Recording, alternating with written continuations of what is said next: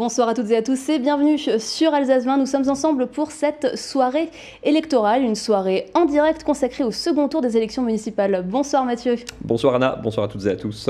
Avec nous, notre premier invité de la soirée, Robert Herrmann, président de l'Eurométropole de Strasbourg. Bonsoir Robert Herrmann. Bonsoir. Merci d'être avec nous. Donc nous sommes ensemble pour ces 2 prochaines heures. On vous donnera les premiers résultats. Ce sera d'ici quelques instants, à partir de 20h, on pourra vous les donner. Nous aurons des invités en plateau. Nous recevrons un peu plus tard Laurent Fürst, le maire de Molsheim, et Daniel Dambar, la maire de Schiltigheim, tous deux élus au premier tour. Alors à noter que les bureaux de vote ont fermé partout en Alsace à 18h. L'heure est maintenant au dépouillement. On va peut-être voir quelques images tournées un peu plus tôt à Colmar dans l'après-midi. C'était à 18h pile au moment de la fin du vote. Seul Strasbourg vote encore jusqu'à 20h, encore donc 3-4 minutes. Mais on peut déjà donner un premier chiffre, Mathieu, c'est celui de l'abstention. Oui, et il est mauvais, si tant est qu'on puisse porter un jugement là-dessus. Regardez ces chiffres. Dans le Haut-Rhin, pour commencer, la participation s'est établie. Alors, on ne vote que sur 37 communes, bien sûr. Dans le Bas-Rhin, c'est pareil. Les chiffres sont quasiment identiques. Vous le voyez, 36,63% de participation. Petit rappel, c'est à peine 5 points de mieux qu'au mois de mars pour le premier tour, parce qu'il y avait donc 3 mois entre les 2 tours. Très faible rebond, alors que malgré le déconfinement, malgré l'épidémie qui s'éloigne un petit peu, on est quand même, pour vous donner une indication, presque 15 points en dessous de la moyenne habituelle au municipal, où on tourne autour de 50%. Et regardez, dans le Haut-Rhin, les chiffres sont quasiment identiques, et le rebond à peu près pareil, 36,68% de participation, contre 32 au premier tour. Pareil, là aussi, Anna, maigre rebond. À noter d'ailleurs qu'à Strasbourg, la participation à 17h, les bureaux ferment à 20h, mais à Strasbourg, à 17h, la participation était même inférieure à celle de la mi-mars. Un petit commentaire rapide, peut-être, Robert Herrmann, sur ces chiffres de l'abstention. Oui, je crois que les gens ne sont pas complètement sortis du Covid et n'ont pas l'esprit, en tout cas, aux élections. Moi, je n'ai pas ressenti ce qu'on ressent traditionnellement dans une élection, je veux dire une passion particulière pour ce qui se faisait, ce qui se disait. Et on n'a pas senti d'engouement. Drôle de campagne, quand même. Ah oui. Je veux dire, qui fait qu'on a du mal à rencontrer les gens, qui fait que les candidats ne sont pas à l'aise, sortent masqués, si j'ose dire. Et puis, je veux dire, ne peuvent pas serrer les mains. Enfin, une campagne, c'est quand même, je veux dire, un moment de contact tout à fait intense entre le candidat et les électeurs. Ça n'a pas été le cas. Et ça, c'est une première remarque. L'autre, c'est plus une remarque comme élu, c'est comment est-ce qu'on parle aux concitoyens qui, il faut bien le constater, lisent moins les journaux, regardent moins les actualités télévisées locales, même s'ils regardent plus les chaînes d'infos continues, sont pour un certain nombre, mais ça fonctionne beaucoup par tribu sur les réseaux sociaux, et puis où on constate, mais c'est là un témoignage personnel, je veux dire que quand on évoque les choses avec nos concitoyens, ils disent « Ah tiens, je n'étais pas au courant de cela, je ne savais pas, etc. » Et cela transcende complètement les partis politiques. Et on sent bien qu'il y a là une problématique liée à notre démocratie qui pose problème aujourd'hui, qu'il faut régénérer, c'est un terme qui est souvent utilisé, mais réenchanter en quelque sorte ce débat public. Et on y reviendra dans quelques instants avec vous. Dans 2 minutes à peu près, il sera 20h. Alors 74 communes d'Alsace votées aujourd'hui sur les 880 que compte l'Alsace. Les autres ont éludé le premier tour leur conseil municipal. Et parmi les résultats qu'on attend ce soir, on peut peut-être citer quelques communes d'Alsace, Mathieu. Oui, il y en aura donc 74, vous l'avez dit, on va voyager et vous faire voyager dans toute l'Alsace avec nos équipes. On sera à Wissembourg, à Bischheim, à Elkirch, à Ostwald, à Erstein, à Kaisersberg, Guebwiller, Pfastatt, Riedisheim et bien sûr les 3 plus grandes villes d'Alsace, Strasbourg, Colmar et Mulhouse. Tous les résultats quasiment à partir de 20h, sauf Strasbourg bien sûr, les bureaux de vote fermant à 20h. Il faudra attendre probablement 21h15, 21h30 au mieux pour avoir les premiers chiffres. Alors on peut aussi citer ces 2 communes du Bas-Rhin qui n'avaient pas de candidat au premier tour, c'était Altenheim et Ettendorf qui ont donc voté aujourd'hui. Et on le disait, ce vote donc il a été dans des conditions très particulières partout en Alsace. On est presque maintenant habitué au gel hydroalcoolique, au masque, mais en tout cas voilà, c'était le quotidien pour tous les votants qui n'oublieront probablement pas. Je vous propose de partir tout de suite à Mulhouse pour voir à quoi ressemblait ce vote et on se retrouve juste après avec les premiers résultats. Première étape désormais lorsque l'on vient voter, la désinfection des mains. Et nouveauté par rapport au premier tour, le port du masque est obligatoire. Le bureau de vote limite également la file d'attente à 3 personnes, mais ça, ce n'est pas compliqué à appliquer puisque les électeurs ne sont pas vraiment nombreux. Ceux qui sont venus voter aujourd'hui étaient déjà venus pour la plupart au premier tour. Et voilà, c'est un vote comme un autre et donc je viens voter comme à l'habitude quand il faut voter, avec ce qu'il faut, comme protection, là il y a tout ce qu'il faut et voilà. je vois pas pourquoi je serais pas venue voter. Mais écoutez, non, il faut choisir celui parce que si on laisse comme ça, si on laisse... on ne vote pas. Mais le choix, il est où? C'est qui choisit? C'est toujours les autres qui choisissent pour moi. Alors je préfère donner mon avis, voter.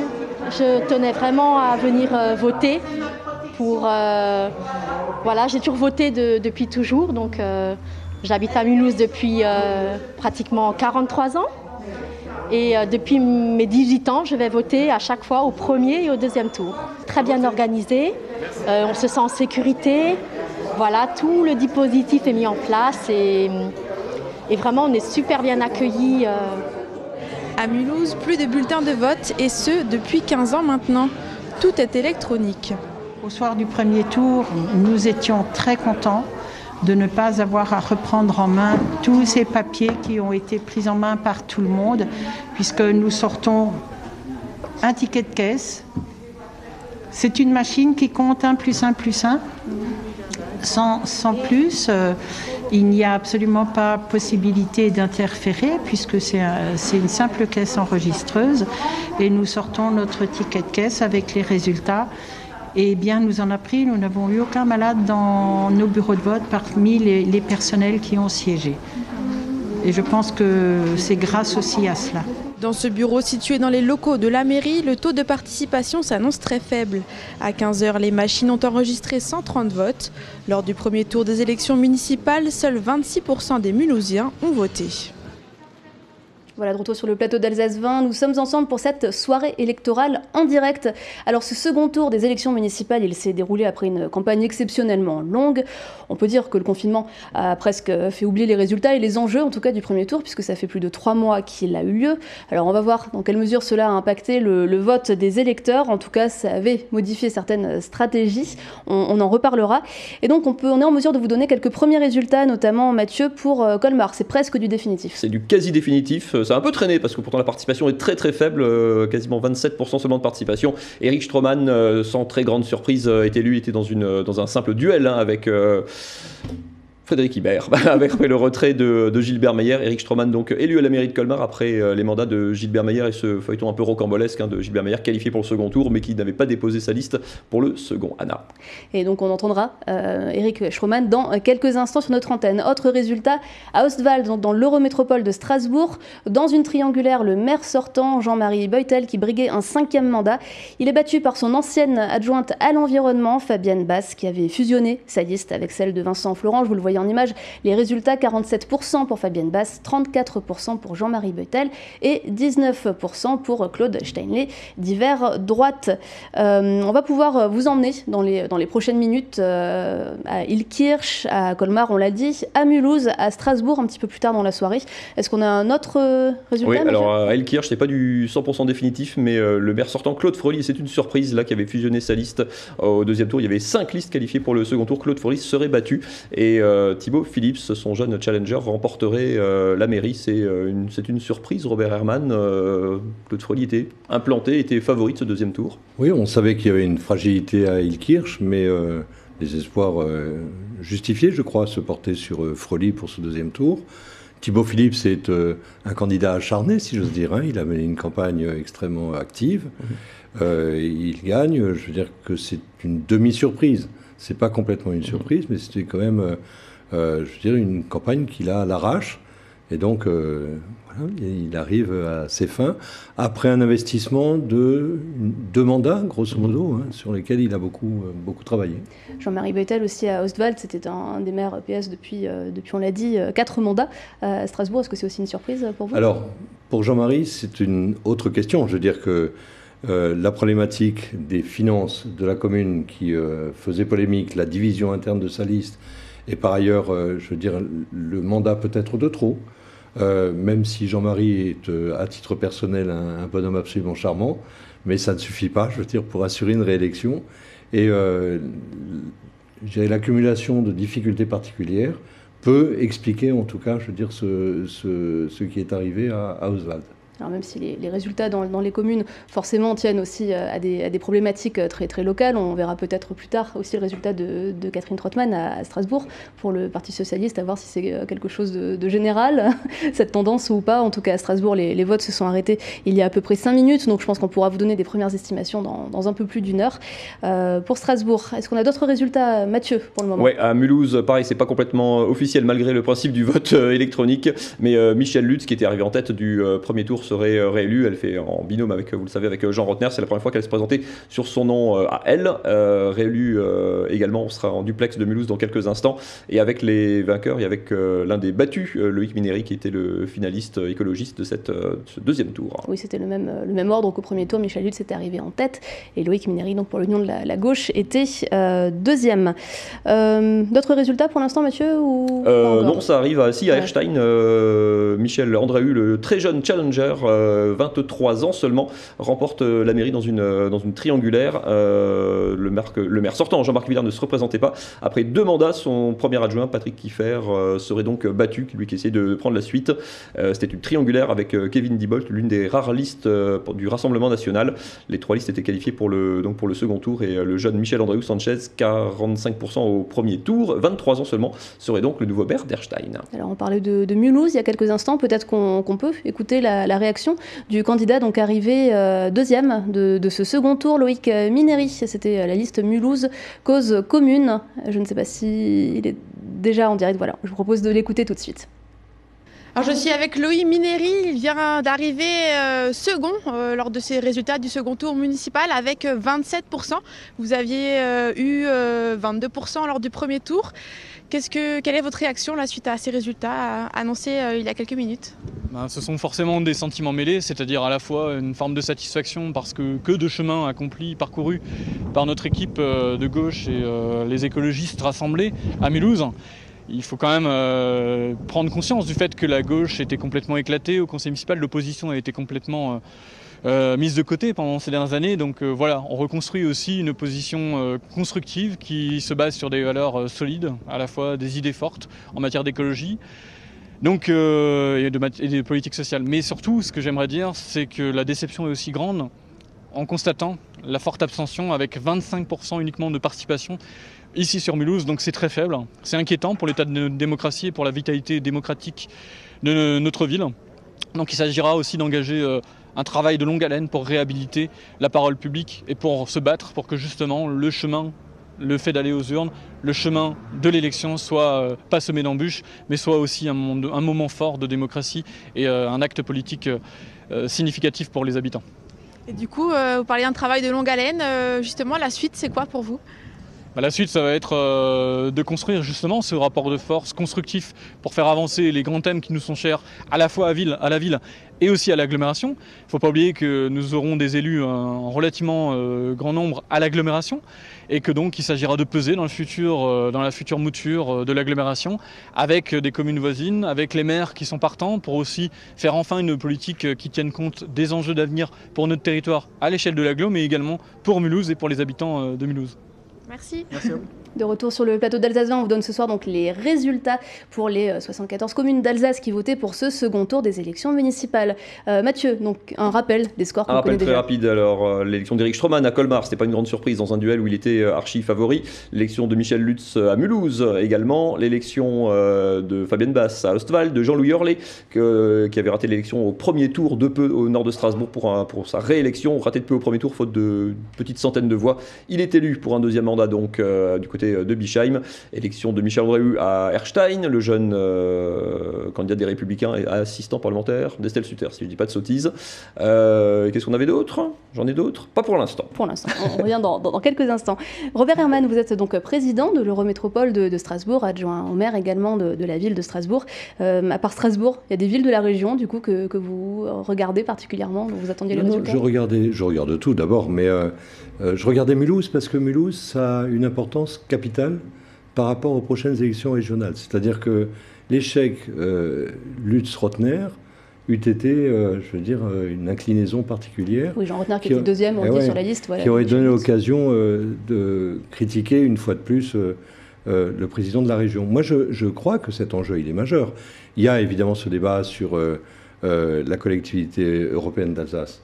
Mais quand même, mesurons la chance d'avoir un président de région qui soit alsacien, qui ait donc cette sensibilité, qui nous regarde avec beaucoup d'amitié en permanence. Et essayons de faire en sorte de ne pas gâcher nos chances et de ne pas nous tirer des balles dans le pied. Voilà. Donc je regardais cela, non pas sur le terrain purement politique, au sens des étiquettes, mais au sens de l'intérêt de la région. L'abstention, donc on l'a vu, on le disait, est encore très forte partout, donc ça peut aussi jouer sur le résultat, je pense, de nombreuses communes. Est-ce que vous pensez, comme certains disent, que ça pourrait fragiliser les équipes élues ce soir ? Non, d'abord je crois que ceux qui sont élus sont légitimes. On ne peut pas accepter la règle du jeu et puis considérer, parce que les gens ne sont pas déplacés, que la légitimité ne serait pas là. Je crois qu'il faut sortir de ce débat-là. Il me semble qu'il y a un vrai débat sur la vivacité de la démocratie qu'il faut retrouver. Il y a pour ça un certain nombre de débats qui doivent avoir lieu, ce n'est pas le moment de l'évoquer ce soir, mais nous devons retrouver le chemin, je veux dire, pour les électeurs des urnes, et faire en sorte qu'ils aient du bonheur à y aller. Et par conséquent, il y a là toute une série de discussions qui vont intervenir, là, dans chacun des partis, dans chacune des sensibilités. La gauche vit ce soir quasiment un anéantissement dans le Bas-Rhin. Mais ça fait longtemps qu'elle s'interroge sur son positionnement. Elle ne l'a pas trouvé. Et par conséquent, je crois que c'est une sensibilité qui est utile au pays. Mais il faut qu'elle trouve un positionnement qui soit raccord avec les électeurs. On va reprendre cette conversation dans quelques instants. Priorité au direct. On part tout de suite à Illkirch avec le maire nouvellement élu, Thibaut Phillips.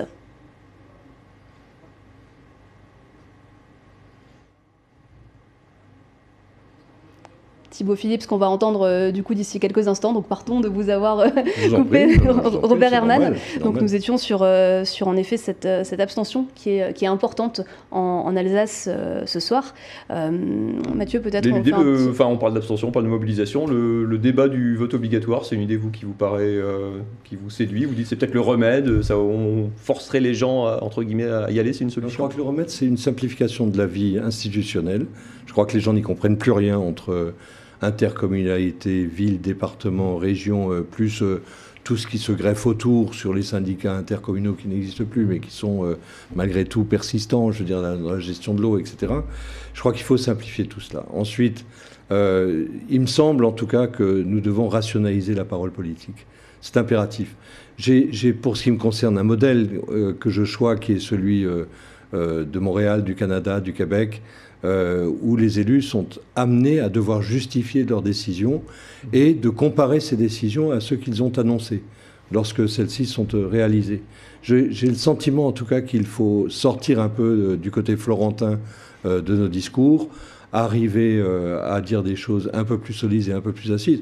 Je crois que les électeurs en ont peut-être un peu assez du fait qu'en politique, en France, on puisse tout dire, y compris l'inverse, et qu'il faut peut-être devenir un peu raisonnable. Tous, hein, c'est pas tel ou tel parti ou telle sensibilité, mais j'ai le sentiment en tout cas qu'il nous faut être plus sincères vis-à-vis des électeurs. Alors il y a un deuxième enjeu derrière l'élection des maires pendant les élections municipales, c'est l'élection prochaine des communautés de communes, des agglomérations, des métropoles à Strasbourg. On est dans une situation inédite, on l'a dit, là il vient de se passer 3 mois, vous étiez à la tête de cette collectivité où il y a des personnes qui sont nouvellement élues, d'autres qui ne se siègent plus en tant que maire. Comment ça s'est passé ce travail pendant 3 mois ? En plus 3 mois difficiles où il y avait vraiment des choses à gérer. Ça s'est plutôt bien passé parce que d'une part, le contact est resté permanent, que rien ne s'est fait sans l'avis des uns et des autres. Et vu que sur telle ou telle décision, je me suis adossé au vice-président qui était en poste, de telle sorte que ne naisse pas de contestation. Par ailleurs, j'avais pris la décision de ne rien faire qui soit même légèrement en dehors des clous. C'est-à-dire que ce que la loi m'autorisait à faire, je l'ai utilisé pour soutenir l'économie, le commerce, les artistes, vous avez vu récemment, et traiter de quelques sujets. Mais je ne me suis pas autorisé, je dirais, à aller au-delà ou à empiéter sur des transformations de politique à venir. Y compris, j'ai gardé pour moi le fait que nous avions préparé les budgets pour mettre en place des transports à la demande, considérant que c'était plus à ceux qui allaient arriver de déterminer, je dirais, cette stratégie-là qui a été lancée, mais dont il leur appartient de dire s'ils veulent la maintenir ou pas. Je crois que si on veut que les électeurs fassent confiance aux politiques, il faut aussi que les politiques soient raisonnables et respectueux de la règle et principalement de la règle éthique. S'il n'y a plus d'éthique, s'il n'y a plus de règles, s'il n'y a plus, je dirais, de choses qui tiennent, de squelettes, comme je le dis souvent, intellectuels et philosophiques ou politiques, alors tout est permis et alors la démocratie est en danger. C'est-à-dire que pour moi, c'est ce qui fera un jour l'événement de l'extrême droite dans ce pays, si on n'y prend pas garde et si on ne recrée pas quelque part une ambiance où le débat reste serein mais avec des différences, mais où cela n'interdit pas effectivement de s'adosser à un moment donné à des accords, mais pour autant, je veux dire, il faut marquer ces différences. Dans le lien que j'avais avec Yves Bure, je veux dire, régulièrement, nous nous rappelions qu'il était de droite et que j'étais de gauche, et je crois que c'est sain de le faire parce que cela a enrichi nos débats. Un point sur les résultats. Ouais, Mathieu. on va faire un petit rappel. C'est très long à compter ce soir. On compte doucement dans les différents pays. Pourtant, l'abstention, la participation est faible. Il y a moins de bulletins à compter, mais malgré tout, ça arrive très très doucement. Vous rappelez l'élection au nord de Strasbourg, à Bischheim, de Jean-Louis Orlé pour un deuxième mandat. Donc, on est dans l'Eurométropole. Robert Herrmann dans l'Eurométropole toujours, mais au sud. Cette fois-ci, à Ostwald, l'élection donc de Fabienne Basse qui détrône son ancien maire titulaire Jean-Marie Beutel. Du côté d'Ilkirch, juste à côté, la surprise pour l'instant de la soirée, la défaite de Claude Frely, qui avait récupéré le siège de Jacques Bigot, qui se présentait en son nom cette fois-ci, qui avait fusionné pourtant sa liste. Il était favori et en tête de ce deuxième tour. Il est battu par Thibaut Phillips, son challenger très bien implanté aussi dans la commune. Dans l'Eurométropole, toujours, Béatrice Bulou à Mundolsheim est élue. Elle était arrivée en tête, elle aussi, au premier tour. Et si on descend dans le Haut-Rhin, on descend pas dans le Haut-Rhin, on monte dans le Haut-Rhin, peu importe. À Colmar, Eric Stroman, sans surprise, évidemment, est élu.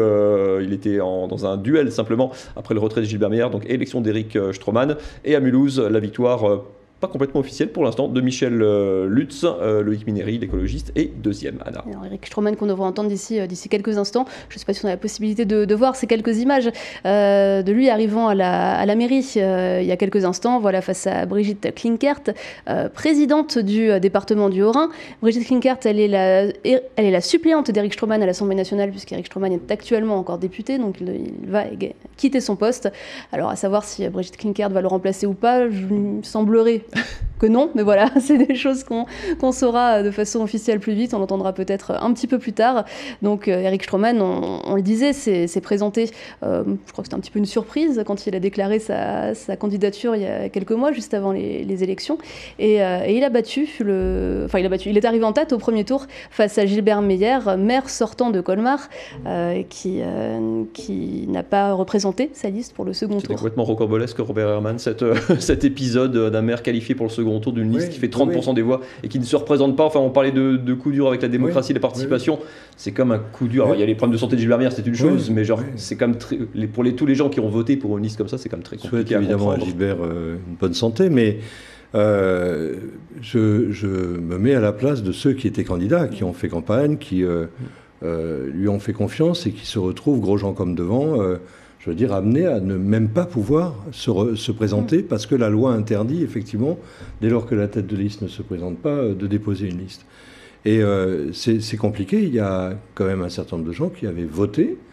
Et sur cette liste, il y a très certainement, j'en suis persuadé, des gens de qualité.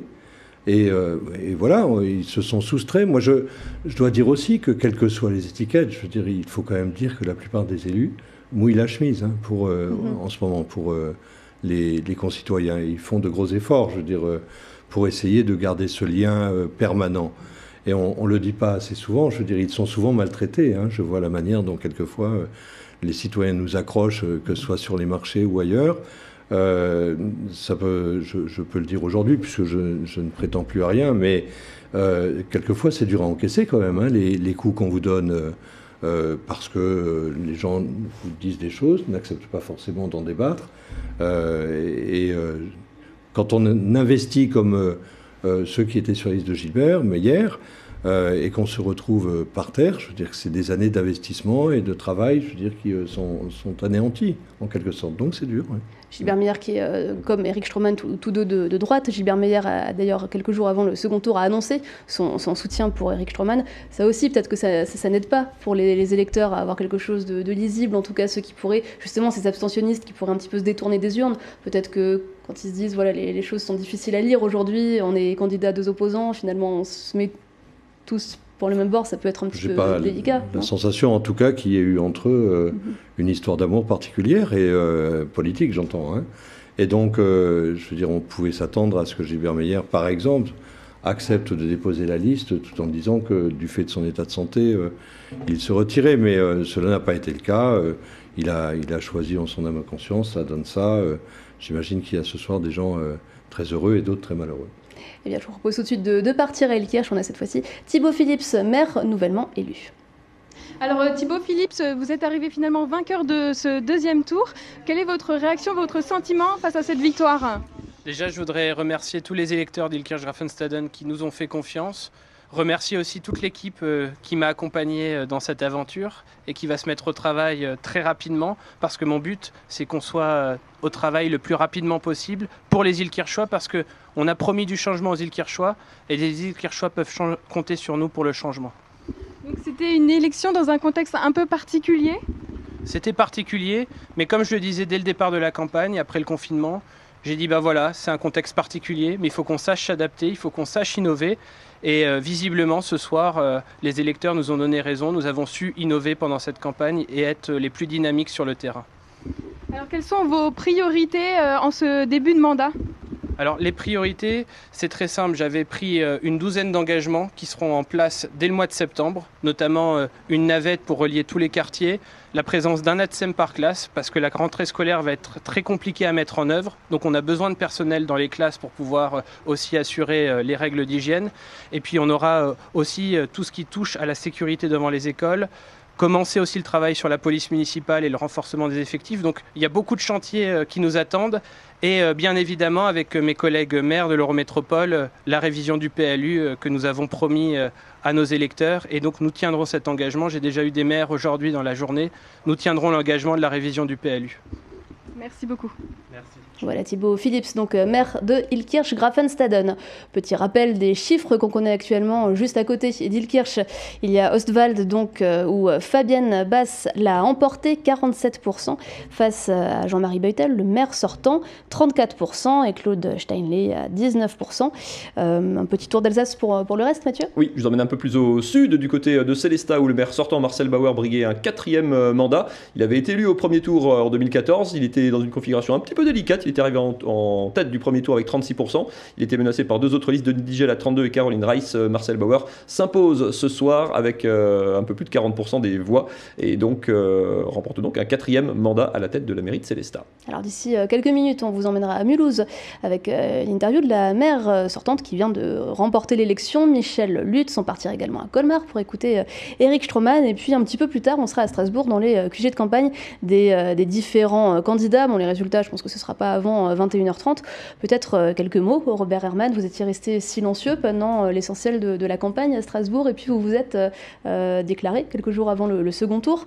Le soutien envers Catherine Trottmann était total, le désaveu envers Alain Fontanelle était tout autant. Oui, non, j'ai simplement dit que je ne savais pas 12 ans après qui était ce garçon. Et je le maintiens, je veux dire que je n'apprécie pas d'abord qu'on travestisse un peu les choses. C'est-à-dire que, pour ce qui me concerne, j'ai monté une coalition. C'est une coalition dans la clarté, et qui est l'accumulation des identités politiques. Ce n'est pas la confusion des identités politiques. Regardez par exemple le dernier courrier qui a été fait. Il est très intéressant. Alain Fontanelle s'exprime, c'est normal, il n'y aura qu'un seul maire à Strasbourg, c'est souhaitable d'ailleurs. Et il dit, j'ai pris la décision que les budgets concernant la culture seraient maintenus, y compris ceux de l'Eurométropole. Il est en photo avec Vetter et il y a une seule signature. Qu'est-ce que ça signifie ? Ça signifie que le maire de Strasbourg veut dominer le président de l'Eurométropole, quel qu'il soit, il négocie, sans avoir négocié avec les maires au demeurant, et puis il dit déjà ce que dira le président de la métropole. Ça m'a paru indélicat. Ceci est un point. Et donc, c'est la raison pour laquelle je crois que si nous passons des accords, il faut que ce soit des accords dans la clarté, pas des nuits sans lune. Et ou que les gens ne comprennent pas, je veux dire, ce qui se passe. Voilà. Bon, après, il y a la vie politique. Je le redis, ceux qui seront élus ce soir et celles qui seront élus sont foncièrement légitimes et on ne peut pas contester leur élection. Pour autant, je veux dire qu'il faut, si l'on veut revivifier la démocratie, je veux dire, y donner du corps et y donner du sens. Et donner du sens, ça signifie aussi s'affirmer, affirmer un certain nombre de principes desquels on accepte ou pas de déroger. Mais en fonction de ces dérogations, je veux dire, on délite un peu plus à chaque fois la démocratie. Et encore une fois, je veux dire, tant qu'on est sur des partis démocratiques, on peut critiquer les choses, mais je veux dire qu'on ne joue pas avec le feu. Lorsque on commence à voir dans des communes... Regardez ce qui vient de se passer à Perpignan, où l'extrême droite est élue. Et regardez le nombre de villes où ça progresse. Lorsque vous évoquez Erstein tout à l'heure en disant « Ah, il y a un troisième là qui pointe le nez », eh bien oui, il pointe le nez. Parce que si à la fin, seule l'extrême droite devient l'élément de clarté politique, alors il y a une difficulté dans ce pays sur le plan de la démocratie, et celle-ci est fragile. Elle est fragile par le manque de participation, et elle peut être fragile par le manque de conviction. Alors on peut peut-être reparler des chiffres justement du premier tour à Strasbourg. On le disait, on aura les résultats certainement d'ici 1 heure, mais ça fait partie des suspens de la soirée. Je ne sais pas Mathieu si vous les avez sous les yeux en tête, ces chiffres, enfin en tout cas on les voit. Les voilà. Jeanne Barséguian avait créé la surprise par l'ampleur en tout cas de son avance, elle était quasiment à 28%. Alain Fontanel était deuxième, mais plus bas que certains, et lui-même certainement de l'attendait, 19,86, une quarantaine de voix d'avance seulement sur Catherine Trottmann et Jean-Philippe Vetter, 18-26, les 3 candidats dans un mouchoir de poche.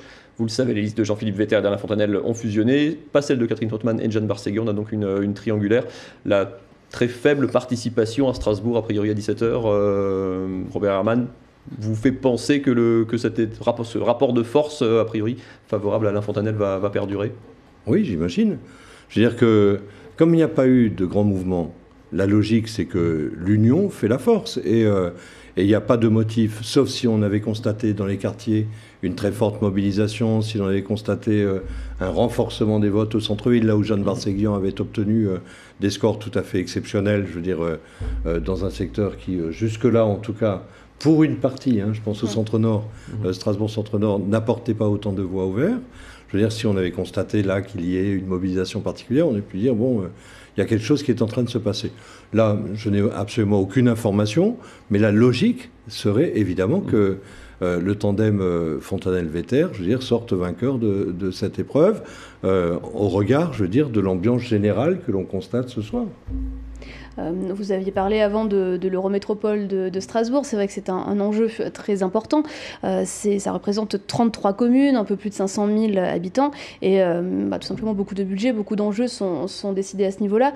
C'est devenu aussi parfois l'enjeu. Certains ont pu dire que c'était un des motifs, en tout cas de désaccord entre Catherine Trottmann et Jeanne Barséguian, qui aurait pu empêcher l'accord.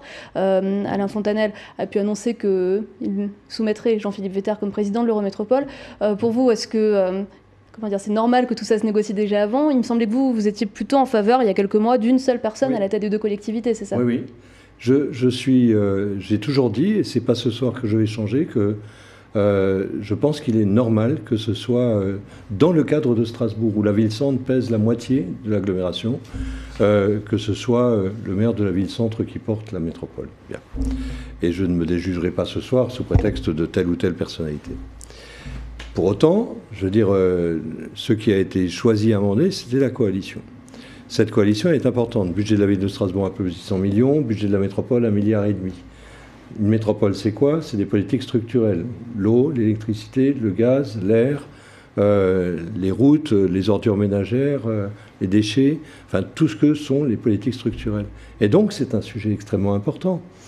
Et c'est bien l'une des difficultés aussi, je veux dire, de notre système institutionnel, que de faire une campagne électorale municipale et d'évoquer les choses en disant « je les évoque, mais je n'aurai pas le pouvoir d'en décider, sauf si… » Et donc il y a quelque chose là qui ne colle pas, je veux dire, dans notre système, qui fasse qu'un maire ne puisse plus s'exprimer sur un certain nombre de choses. Alors c'est compliqué, vécu avec Roland Ries, qui me l'a suffisamment reproché, mais en même temps, je veux dire, les métropoles doivent pouvoir s'exprimer. C'est elles qui sont les poids lourds à l'échelle nationale et internationale.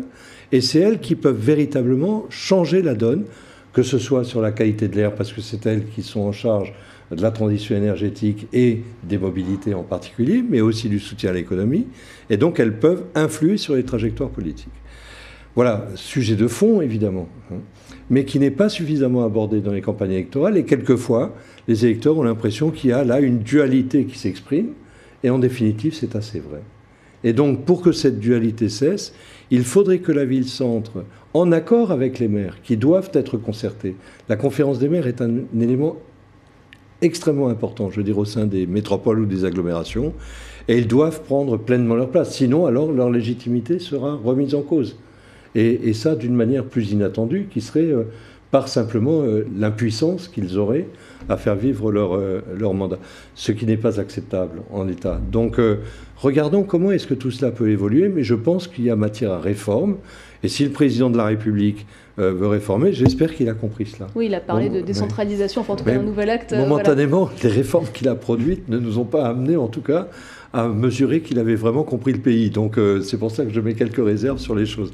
Mais je crois qu'il y a matière, en tout cas, à repenser ces affaires-là. Alors avant d'entendre Michèle Lutz, juste un dernier mot là-dessus. Donc on n'a pas encore la date, mais en tout cas ça va être la prochaine échéance, et ça au niveau de l'Eurométropole de Strasbourg, comme les autres. J'attendais ce soir évidemment les résultats, mais moi je préconiserais plutôt le 15, parce que le 14 c'est évidemment pas possible. On a la date limite du 17, mais je sais qu'il y a un certain nombre de gens qui ont prévu je veux dire un certain nombre d'activités. J'ai eu moi-même des coups de fil d'élus, pas exclusivement socialistes ou verts, me disant qu'ils avaient prévu de s'absenter pour des mariages, etc. C'est un long week-end. Je veux dire que si on peut le faire le 15, c'est la date que je proposerai. Sinon, je me plierai évidemment aux choses. Je veux dire, il n'est pas question pour moi de jouer une carte, je veux dire, qui n'est plus la mienne, qui est... Moi, j'ai indiqué que je ferai une transition démocratique, respectueuse, que les dossiers seront mis à disposition et qu'on va essayer de le faire dans le même état d'esprit que celui qui m'a conduit pendant 6 ans à animer cette magnifique établissement public qui est la métropole. Ça permettra de clore une campagne électorale qui aura duré, une séquence qui aura duré presque 4 mois, voilà ce qui est inédit dans l'histoire. Eh bien, je vous propose tout de suite de partir à Mulhouse pour écouter Michèle Lutz, maire réélue. Alors je suis avec Michèle Lutz qui est maire sortante de ces élections. Vous avez remporté donc ce second tour avec 38% des voix. Est-ce que vous vous attendiez à ce score-là ? Alors, vous savez, on ne fait jamais de pronostic. Évidemment, quand on espère toujours le meilleur, mais je remercie tout particulièrement tous les Mulhousiens qui ont voté pour nous, parce que beaucoup de gens se sont déplacés, des milliers de personnes, et c'est ça qui est important, c'est quand les gens se déplacent et votent. En tout cas, les Mulhousiens ont exprimé leur vote, ce qui nous confère une légitimité, et je les en remercie.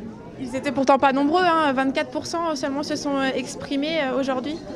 Mais écoutez, si on observe les résultats de toutes les autres grandes villes, nous sommes à peu près dans les mêmes ratios. Voilà, c'est dans l'air du temps. À Mulhouse, on n'est pas une exception. Mais les urnes ont parlé, les gens se sont exprimés et je respecte ça. C'est le premier mandat pour vous complet, puisque vous aviez pris en cours de route la place de Jean Rotner. Voilà, quelle sensation ça vous fait tout ça ? Eh bien écoutez, ça met aussi une forme de pression parce qu'on sait que demain matin, nous allons travailler, nous allons appuyer très vite sur le bouton qui va bien pour faire avancer les choses. C'est quelque chose que j'attendais puisque nous étions dans un entre-deux qui était quand même un tout petit peu difficile parce que quand vous êtes aux affaires, quand il faut gérer, on est dans un entre-deux, vous n'avez pas abouti un deuxième tour. Ça met parfois un peu de lenteur dans ce qu'on aimerait faire. Et en tout cas, je me réjouis parce que demain matin à 7h, c'est là où les choses vont démarrer. Et avant 7h demain matin, alors c'est quand même un petit peu profiter et fêter cette victoire ? Alors on ne va pas faire de grand-messe ce soir, parce que je pense qu'il faut aussi rester dans l'indignité par rapport aux événements qui se sont passés les derniers mois. Bien évidemment, on va boire tranquillement quelque chose ensemble, mais nous n'allons pas faire la fête comme nous l'aurions fait s'il n'y avait pas eu le coronavirus. Merci. Et vous le voyez juste derrière moi, du coup, partisans qui sont là et qui l'ont tout à l'heure félicité. Voilà, Marine Zis en direct de Mulhouse avec la maire Michèle Lutz. Un dernier rappel des premiers scores, Mathieu, ce soir. Ouais, allez, je vous emmène à travers toute l'Alsace. Donc Michèle Lutz réélue à Mulhouse, elle était donc la maire sortante. Eric Stroman qui remporte la mairie de Colmar, qui prend la suite donc de Gilbert Meyer. Eric Stroman élu avec 63% des voix, vous le voyez, contre 36% à l'élu écologiste Frédéric Hilbert. Donc c'était un duel pour ce second tour. À Erstein, Michel Andréou est élu donc pour un premier mandat, 23 ans. Ça sera peut-être certainement le Benjamin de la soirée. Béatrice Bulou réélue à Mundolsheim. Dans l'Eurométropole de Strasbourg, toujours Fabienne Basse élue avec 47% des suffrages contre 34 au maire sortant Jean-Marie Beutel. La surprise de la soirée, elle est dans la commune juste à côté, donc l'élection de Thibaut Phillips qui détrône le maire sortant Claude Frely. 39% des voix pour Thibaut Phillips, et à Célestat, réélection du maire sortant, 4e mandat pour Marcel Bauer. Anna. Voilà donc ce qu'on pouvait vous dire pour ce début de soirée, pour les premiers résultats de ce second tour des élections municipales. On va se retrouver d'ici une grosse demi-heure, 40 minutes à peu près, pour notamment suivre les résultats de Strasbourg. Merci beaucoup Robert Herman d'avoir été notre invité ce soir, et on se retrouve donc tout à l'heure avec Laurent Fürst, maire de Molsheim, et Daniel Dambar, maire de Schiltigheim.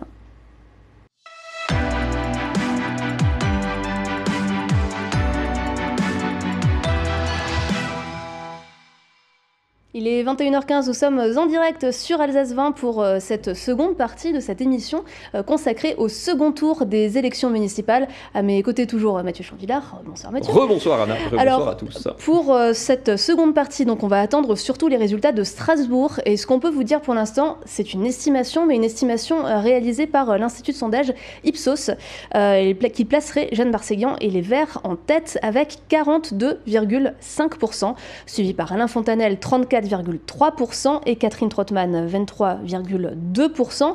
On le dit, c'est une estimation. Les bureaux de vote ne sont pas encore tous dépouillés à Strasbourg, mais pour l'instant, le dépouillement semble confirmer cette tendance. En tout cas, voilà, pour l'instant, les Verts sont en tête. On en saura plus d'ici quelques instants, et nos journalistes sont dans les différents QG de campagne des candidats à Strasbourg. On pourra les voir d'ici quelques instants. Avant ça, un tour, Mathieu, des autres résultats en Alsace, et on peut commencer peut-être par le Haut-Rhin. Oui, parce qu'à part Strasbourg, bien, tous les autres résultats sont désormais connus. Je vous emmène dans le Haut-Rhin. On démarre par Mulhouse, où la maire sortante, Michèle Lutz, est élue. Elle qui faisait ticket avec Jean Rotner, le président de la région. Élue, elle confirme son score du premier tour, 38% des voix. Vous le voyez, face à l'écologiste Loïc Minéry, qui arrive en deuxième position avec un score assez haut, 27%. Lara Million à 22%, et la candidate du Rassemblement national, Christelle Ritz, 11,19%. Michèle Lutz, donc réélue à Mulhouse. À Colmar, il y avait assez peu de suspense dans ce duel. Eric Stroman est peut-être moins haut par contre qu'on ne l'attendait. Il succédera donc à Gilbert Meyer, 63,89% des voix, mais à noter tout de même le très bon score de l'écologiste Frédéric Hilbert, 36,11%. Là aussi, les écologistes dans les deux grandes villes du Haut-Rhin sont plus hauts qu'ils n'ont jamais été. On continue dans le Haut-Rhin du côté de Kaysersberg. Il y avait un duel extrêmement serré. Il est remporté par Martin Schwarz, 41,8% face à Henri Stoll, l'ancien maire de Kaysersberg. Les trois communes ont fusionné il y a quelques années dans le vignoble. Il y avait 3 voix d'écart, seulement d'écart au premier tour, et c'est donc Martin Schwarz qui l'emporte. On redescend du côté de Mulhouse à Riedisheim. Là aussi, il y avait un premier tour extrêmement serré. Loïc Richard, le candidat d'Hiver Centre, l'emporte, 41% des voix, vous le voyez, face à Didier Riff. Le maire sortant, Hubert Nemeth, est assez sèchement battu. Et enfin, du côté de Guebwiller, élection de Francis Kleitz, 48,3%. Vous le voyez dans une quadrangulaire assez largement face à Christian Faquin. Et voilà.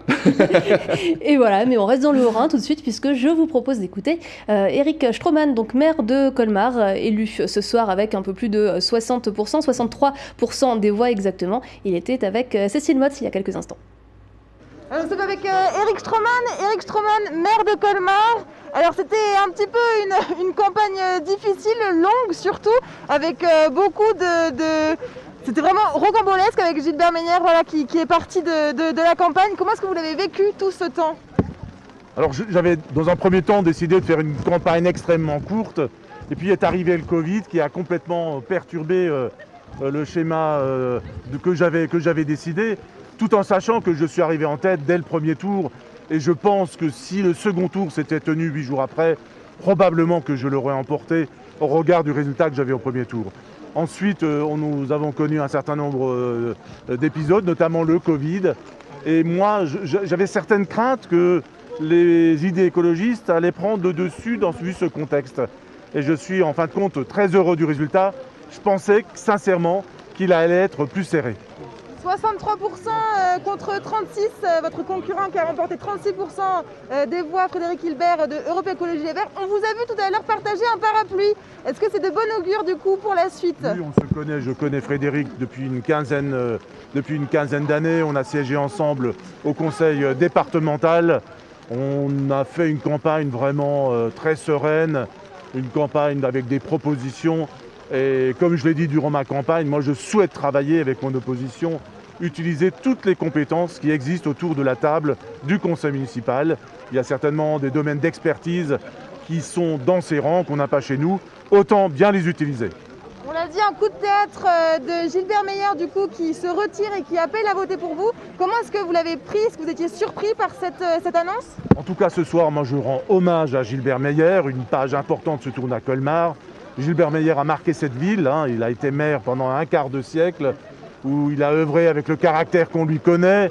On a beaucoup ferraillé ensemble, vous le savez, mais je souhaite vraiment ce soir lui rendre hommage et le remercier au nom de tous ses habitants, au nom de tous les Colmariens, pour le travail qu'il a réalisé ici, même si on peut critiquer ici ou là, personne n'est parfait, on le sait bien. Quelles vont être vos priorités? Vous parliez beaucoup du tourisme. Est-ce que justement avec le coronavirus, maintenant ça va être de faire revenir les touristes? Les touristes commencent à revenir doucement et naturellement il faut qu'on prépare cet été, à la fois pour accueillir des touristes, mais il n'y en aura certainement pas beaucoup, mais aussi préparer cet été pour les Colmariens qui ne vont pas partir en vacances parce qu'on aura des habitants de la région qui vont rester sur place. Il faudra proposer un certain nombre d'activités et ensuite préparer la rentrée où on s'annonce une crise sociale et économique difficile et il faut aujourd'hui aussi anticiper ce qui va arriver. Merci Eric Stroman, le maire de Colmar. Donc Eric Stroman, voilà, maire de Colmar, qui est aussi député, enfin encore pour quelques jours, je crois, Mathieu. Il est député pour l'instant, il devra choisir, puisqu'en vertu de la loi sur le cumul des mandats, on ne peut plus être député et maire. Il devra donc, il l'a annoncé, renoncer à son mandat de député. Dans ce cas-là, évidemment, c'est sa suppléante qui prend la place. Problème, entre guillemets, la suppléante, c'est Brigitte Klinkert qui a un petit peu du travail avec le conseil départemental du Rhin et le projet de collectivité européenne d'Alsace qui rentrera en vigueur au 1er janvier prochain. Selon toute vraisemblance, il y aura donc, les deux renonçant au mandat, il y aura donc très très probablement à l'automne une élection législative partielle à Colmar. Donc dans la suite de cette émission, nous allons recevoir Laurent Fürst, maire de Molsheim, également député. Il est dans la même situation qu'Eric Stroman. Nous recevons également Daniel Dambach, maire de Schiltigheim. Tous deux ont été élus au premier tour.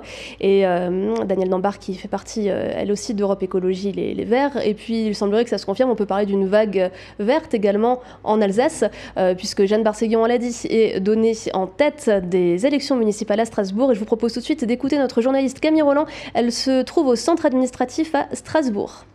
Bonsoir, nous sommes ici en direct au centre administratif. C'est ici où tous les résultats sont centralisés et où quelques candidats comme Catherine Trottmann et Jeanne Barseguian suivent la soirée en direct.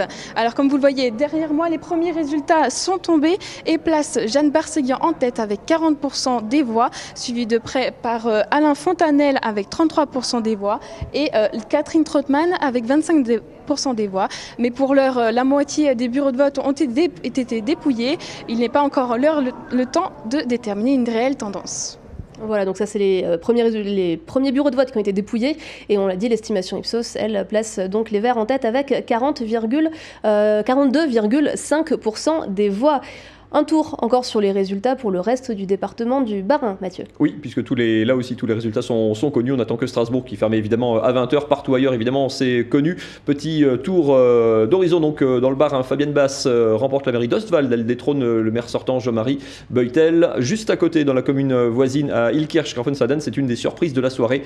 Là aussi, le maire sortant PS est battu, Claude Frely, par son challenger Thibaut Phillips qui avait fait la synthèse notamment Républicain en Marche et UDI. C'est un des grands vainqueurs de la soirée avec un score et un écart relativement conséquent de plus de 5 points. Toujours dans le Bas-Rhin, à Wissembourg, elle était la favorite de ce deuxième tour. Sandra Fischer-Jung détrône là aussi le maire sortant. Décidément, les sortants souffrent. Christian Glich est assez sèchement battu. À Erstein, le Benjamin de la soirée, Michel Andréou Sanchez, 23 ans, et est largement élu avec près de 58% des voix face à Patrice Kieffer, premier adjoint du maire sortant qui ne se représentait pas. Ça, c'est à Erstein. Et à Bischheim, réélection de Jean-Louis Hurlet pour un second mandat. Il avait raté l'élection au premier tour d'assez peu. Il conforte son avantage, 45% des voix, 30% à l'écologiste Gérard Chan et 13% à Christelle Laforêt. Et à Célestat, pardon, excusez-moi, Marcel Bauer, 4e mandat pour le maire sortant, qui l'emporte avec 4 points d'avance devant Denis Digel, 4 points d'avance, mais une grosse centaine de voix. Denis Digel aurait annoncé l'hypothèse éventuellement de poser un recours sur le bon déroulement de ce deuxième tour de scrutin et pourrait donc contester ce résultat et donc la réélection de Marcel Bauer. À nos côtés, Danielle Dambard, maire de Schiltigheim. Bonsoir, merci d'être avec nous. Merci pour l'invitation. Alors, on a envie peut-être de vous demander une réaction à chaud sur le résultat à Strasbourg qui place les Verts en tête. Est-ce que c'est un résultat certain ? Écoutez, c'est une joie immense, vraiment. Ça me donne des frissons, c'est juste extraordinaire. C'est vraiment le travail d'une équipe elle-même extraordinaire et à sa tête, évidemment, Jeanne Barzéguian, droite dans ses bottes depuis le début et puis qui avait un programme visionnaire. Un programme qui propose une alternative pour Strasbourg, une alternative qu'elle va pouvoir construire et je suis extrêmement heureuse de pouvoir travailler avec elle. On va rester prudent parce que c'est encore des chiffres qui ne sont pas confirmés, mais c'est vrai qu'on le dit à force de répéter les résultats ce soir, il y a une espèce de vague verte en tout cas sur l'Eurométropole de Strasbourg. On attend toujours Strasbourg, mais avec votre élection à vous au premier tour tout à l'heure, avec l'élection de Fabienne Basse notamment à Ostwald, on a vu les écologistes très très haut, à Colmar, à Mulhouse, pas élus, mais toujours dans des proportions et des présences dans les conseils municipaux qui seront conséquentes. Oui, je crois que c'est un peu partout comme ça en France, Lyon, Bordeaux, on attend Marseille, Lille, et puis bien sûr Paris avec Anne Hidalgo et sa composante écologiste. Je crois que clairement la crise sanitaire a donné un coup de pouce aussi. Donc depuis les élections européennes, évidemment, on a vu que l'écologie politique a eu le vent en poupe et je pense aussi que c'est dû à l'engagement sincère, à l'énergie, à la proximité des projets. Voilà. Est-ce que c'est une écologie qui est peut-être un petit peu moins politique qu'à une époque aussi? On a souvent des listes plus ouvertes avec des alliances, des choses comme ça. C'est peut-être ça qui a fait passer le cap à l'écologie. Et puis surtout, je pense qu'effectivement, c'est cette fameuse dynamique citoyenne. C'est-à-dire, les habitants ont envie de changer. Ils veulent faire de la politique autrement. Ils veulent être associés aux décisions, pas seulement être informés. La fameuse construction dans la démocratie participative, dans le budget participatif tel que nous l'avons démarré à Schiltigheim. Voilà. Et puis des élus aussi qui sont complètement engagés. Une gouvernance plus transversale, à savoir à Schillig, tous les élus ont une responsabilité. Tout le monde est au moins conseiller délégué, donc peut-être aussi plus d'humilité.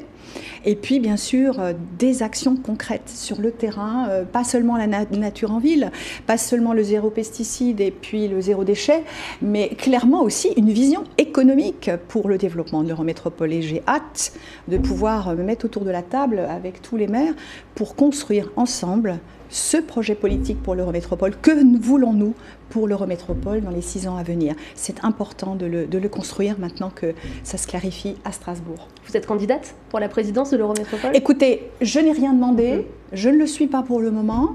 On verra, il va falloir en discuter. Et j'ai envie de dire, c'est d'abord un projet à construire à 33. J'ai toujours dit... 33 communes. Tout à fait, excusez-moi, 33 communes. J'ai toujours dit que ça ne se décidait pas sur un coin de table entre Strasbourgeois.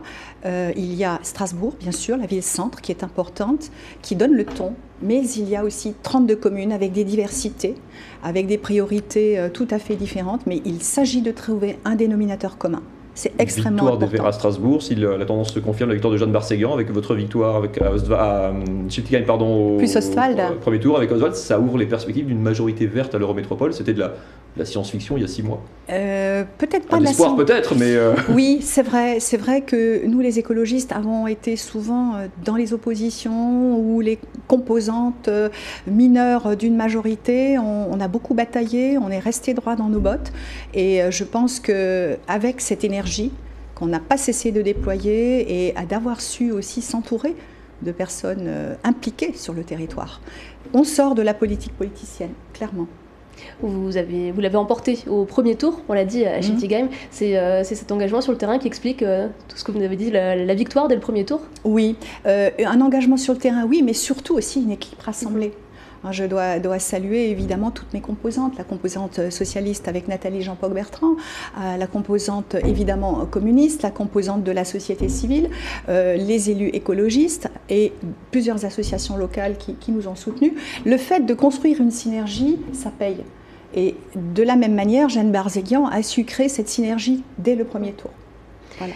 Vos priorités au niveau de Schiltigheim, qu'est-ce que ça va être pour les prochains temps? Continuer le travail du coup entamé? Oui, tout à fait. C'est vraiment engager le virage de la transition. La transition par les mobilités, bien sûr, avec le tram, donc plus de transport en commun, il est cruellement manquant à l'ouest de Schillig, plus de mobilité douce aussi. Évidemment, nous n'oublions pas la question des solidarités avec la requalification du quartier des écrivains, la nouvelle centralité que nous souhaitons construire sur la route de Bischwiller, qui doit arrêter d'être une route de transit entre la médiathèque et le cinéma MK2, de créer une vraie voie piétonne, cycle. Voilà, on n'ose pas l'imaginer aujourd'hui, mais... Quand on la connaît effectivement dans cette configuration. Voilà, mais je pense que ça va être possible d'élargir cette centralité au-delà du vieux Schillig que nous connaissons déjà, et de faire de Schillig vraiment une ville où il fait bon vivre, pas juste une ville où l'on passe, et de magnifier évidemment tout ce qui est patrimoine industriel, notre formidable histoire autour de la bière, autour des industries. On a un chantier immense, mais il est enthousiasmant. Des résultats qui s'affinent du côté de Strasbourg. On est désormais à 100 bureaux de vote déployés sur 143, donc aux 2 tiers, un peu plus des 2 tiers des bureaux connus. Et Jeanne Barzéguian toujours en tête avec 40,57% des voix. Alain Fontanelle à 34,6%, Catherine Trottmann à 24,7%. Jeanne Barzéguian pour l'instant 1900 voix d'avance sur Alain Fontanelle, donc sur 100 bureaux déployés sur 143. Anna. Oui, c'est ça, c'est un petit peu plus de 14 000 voix pour l'instant pour Jeanne Barzéguian, un peu plus de 12 000 pour Alain Fontanelle et à peu près 8 500 pour Catherine Trottmann. Donc, c'est un écart conséquent, Daniel Dambard, mais on est quand même sur des chiffres. La participation à Strasbourg est extrêmement faible aussi. Oui. C'est un problème de légitimité pour les élus ou non, quel que soit le nombre d'électeurs, une victoire est une victoire? Je pense qu'il y a plusieurs facteurs. Il y a évidemment la question du Covid qui a dû jouer, mais pas seulement. Pas seulement, je pense que nous devons nous interroger sur notre manière de toucher les citoyens, sur notre capacité à faire envie de voter, à donner envie. C'est-à-dire que j'ai l'impression que nous, les élus, n'avons pas su aller chercher les électeurs là où il faut, évidemment parmi les plus fragiles. Voilà, la question des solidarités, je le disais, elle est extrêmement importante. Savoir s'adresser à tous, pas seulement les plus proches, mais vraiment à ceux qui sont aussi dans les fractures numériques. On l'a vu avec le Covid. Certains enfants n'avaient pas de tablette, n'avaient pas d'ordinateur. Il a fallu se débrouiller avec des associations locales pour leur amener les outils, pour les former à ces outils. Et je pense que cet accompagnement, il est fondamental si nous ne voulons pas faire une agglomération à 2 vitesses. Voilà, vraiment, les solidarités sont à construire et ça fait partie du programme des écologistes. Au-delà des étiquettes politiques, on note aussi quand même un certain renouvellement, même au niveau général en Alsace. Il y a pas mal de noms qui ont émergé depuis quelques années, mais en tout cas, on n'est plus forcément sur des modèles d'il y a quelques années avec des maires qui enchaînaient 3, 4, 5 mandats. Tout à fait. Je pense que les gens veulent évidemment de la proximité, ils veulent de l'écoute. Il y a beaucoup plus de femmes aujourd'hui parce que les femmes, peut-être, ont aujourd'hui, elles osent, elles s'engagent, elles ont cette conviction. Quand elles font quelque chose, elles le font jusqu'au bout, elles savent rassembler, elles savent apaiser là où il y a des tensions, et je sais que les électeurs n'aiment pas les tensions. Voilà, et c'est notre rôle de créer des territoires où il fait bon vivre, et nous allons nous y employer pour les 6 ans à venir. Mathieu, d'autres résultats ou confirmations? On compte à Strasbourg. Alors, la participation qui était très faible était à 26% de tête à 17h, et quand même remontée à quasiment 34%, en tout cas sur les 102 bureaux dépouillés. On est sur 109 bureaux par contre en termes de résultats, donc 109 sur 143. On approche des 3/4 si je ne dis pas de sottises. Jeanne Barzéguian toujours en tête 40,5, les écarts sont assez stables. Barzéguian 40,5, Alain Fontanelle 34,9, Catherine Trottmann 24,45. Le dépouillement progressif confirme à la fois les premières perspectives et les premiers sondages sortis des urnes. Oui, semblerait-il, les électeurs de Jeanne Barséguian sont restés fidèles et même sont un peu plus élevés, puisqu'en nombre de chiffres, on était un petit peu moins de 14 000 au premier tour, donc là, je crois qu'on dépasse, on arrive aux 15 000, il me semble. On est du coup à peu près à 15 000, effectivement, Ouais. et là, du coup, Jeanne Barséguian prend Daniel Dambard une très très sérieuse option pour l'instant, à voir après simplement les derniers quartiers à être dépouillés, mais ouais, la messe semble dite, même selon certains confrères sur place. Alors, la soirée électorale de Jeanne Barséguian, elle se déroule près du TNS à Strasbourg. On pourra peut-être y être dans quelques instants. Elle, en tout cas, je crois qu'elle devrait s'exprimer un peu plus tard dans la soirée, donc on l'entendra ce soir ou demain, en tout cas dans notre 23 journal. heures pour l'instant, Voilà, c'est très prudent, mais en cas de victoire, ça peut changer. C'est ça. Donc évidemment, on suivra ça dans la suite de l'émission. Est-ce qu'on fait un petit rappel Alors, Mulhouse, des chiffres, ou résultats, voilà. comme vous voulez. Et puis résultats, et puis Mulhouse après. Allez, je vous emmène dans le Haut-Rhin pour commencer. Vous rappelez la victoire de Michel Lutz qu'on pourra écouter dans quelques instants. Michel Lutz, vainqueur, maire réélu donc à Mulhouse. Les écologistes, Loïc Minery donc à 27, Lara Millon à 22, quasiment 23%. À Colmar, vous rappelez la victoire d'Éric Stroman dans le duel avec Frédéric Hilbert, l'écologiste. 2 tiers, 1 tiers, grosso modo, vous le voyez pour le rapport de force avec une très faible participation. Du côté de Kaisersberg, dans le vignoble, duel extrêmement serré. Martin Schwarz l'emporte avec 41,85% des voix face à l'ancien maire de Kaisersberg, Henri Stoll. Un peu plus au sud, à Riedisheim, la victoire de Loïc Richard face à Didier Riff et Hubert Nemeth. Hubert Nemeth, maire sortant. Beaucoup de maires sortants sont quand même battus ce soir. Victoire donc de Loïc Richard à Riedisheim. Et toujours dans le Haut-Rhin, la victoire de Francis Kleitz, le candidat d'Hiver Centre, du côté de Guebwiller dans cette quadrangulaire. Et on parlait de Mulhouse, justement, je vous propose tout de suite d'y partir. On va réécouter la maire Michel Lutz qui a été réélu ce soir. Alors je suis avec Michel Lutz qui est maire sortante de ces élections. Vous avez remporté donc ce second tour avec 38% des voix. Est-ce que vous vous attendiez à ce score-là ? Alors, vous savez, on ne fait jamais de pronostic. Évidemment, quand on espère toujours le meilleur, mais je remercie tout particulièrement tous les Mulhousiens qui ont voté pour nous, parce que beaucoup de gens se sont déplacés, des milliers de personnes, et c'est ça qui est important, c'est quand les gens se déplacent et votent. En tout cas, les Mulhousiens ont exprimé leur vote, ce qui nous confère une légitimité, et je les en remercie. Ils n'étaient pourtant pas nombreux, 24% seulement se sont exprimés aujourd'hui. Mais écoutez, si on observe les résultats de toutes les autres grandes villes, nous sommes à peu près dans les mêmes ratios. Voilà, c'est dans l'air du temps. À Mulhouse, on n'est pas une exception. Mais les urnes ont parlé, les gens se sont exprimés et je respecte ça. C'est le premier mandat pour vous complet, puisque vous aviez pris en cours de route la place de Jean Rotner. Voilà, quelle sensation ça vous fait tout ça ?